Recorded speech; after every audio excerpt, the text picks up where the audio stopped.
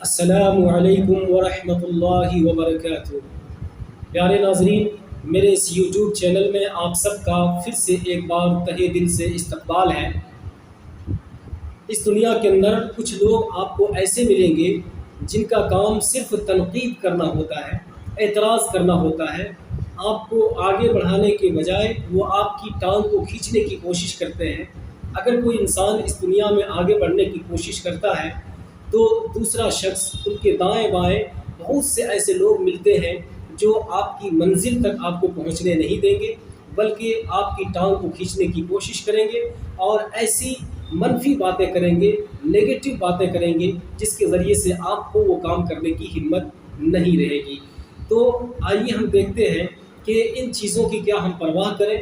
تو دوستوں، سب سے پہلی بات تو یہی ہے کہ جب بھی ہم کوئی اچھا کام کرنے کی کوشش کریں، بہتر کام کرنے کی کوشش کریں، دنیاوی کام ہو یا دینی کام ہو، تو آپ کسی کی باتوں کی پرواہ نہ کیجیے، کسی کی باتوں پر کان نہ دھریے۔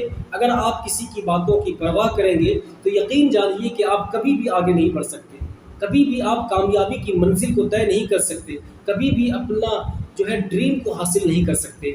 اس لیے آپ کسی کی باتوں کی پرواہ ہرگز نہ کیجیے۔ اللہ تبارک و تعالیٰ نے فرمایا فَإِذَا عَزَمْتَ فَتَوَكَّلْ عَلَى اللَّهِ کہ جب تم کسی کام کا ارادہ کر لو تو اس سے کر گزرو، اللہ پہ بھروسہ کرو، اللہ پہ بھروسہ کر کے اس کام کو آگے بڑھانے کی کوشش کرو، پیچھے والوں کو مت دیکھو۔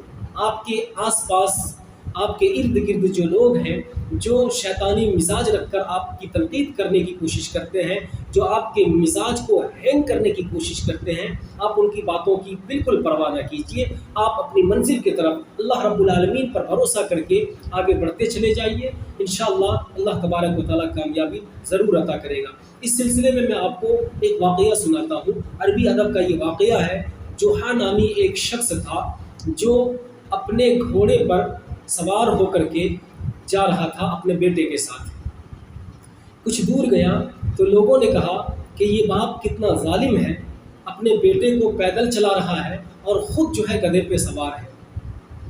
اس نے اس بات کو دل پہ لے لیا، فوراً وہ گدھے سے اتر گئے اور اپنے بیٹے کو گدھے کے اوپر بٹھا لیا۔ پھر تھوڑی ہی دور چلا تھا کہ لوگوں نے کہنا شروع کر دیا کہ یہ لڑکا، یہ بیٹا کتنا کمبخت ہے اور کتنا بے ادب ہے کہ اس کا باپ پیدل چل رہا ہے، اس کا باپ چل کے جا رہا ہے اور یہ خود سوار ہو کر مزے سے جا رہا ہے۔ جب اس جوحا نے یہ بات سنی تو بیٹے کو بھی اتار دیا۔